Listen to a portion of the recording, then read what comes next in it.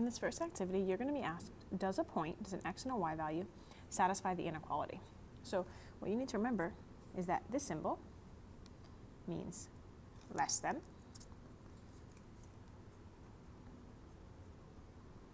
This symbol means greater than,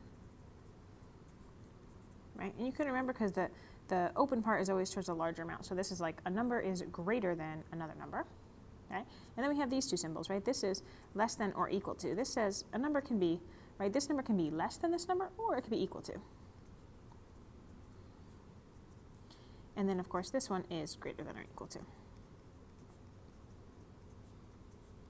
And then the big thing to remember is that if we're checking if a point fits, we just remember that this first number is always the x value and this second number is always the y value. So for example, this is x and this is y in this case. So I'm going to plug in 2 for x and 1 for y. So that looks like this. This says 2 times x. Instead of x, I'm going to write 2. 15 times y. Instead of y, I'm going to write 1. 2 times 2 is 4. 15 times 1 is 15. And when I add these together, I get 19. This says 19 is less than 19. That's what that says. Is that true? No, that's not true. 19 is not less than 19. 19 is equal to 19. So this would be a no. Okay, it does not make it true, right? 2, 1 is not a solution to this.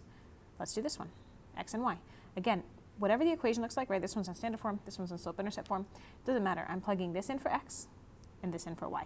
So here, this is a y, so I'm plugging in 7. 2 times x. This says 7 is less than or equal to. And this time, I get 7 is less than or equal to 7. This says 7 is less than or equal to 7. Is that true? Well, 7 is not less than 7, but it says it has to be either less than or equal to 7. And it is equal to 7, so that's a yes. Okay. Feel free to use the example problems in IXL or the tutorial, or if you get a question wrong, make sure to read the explanation.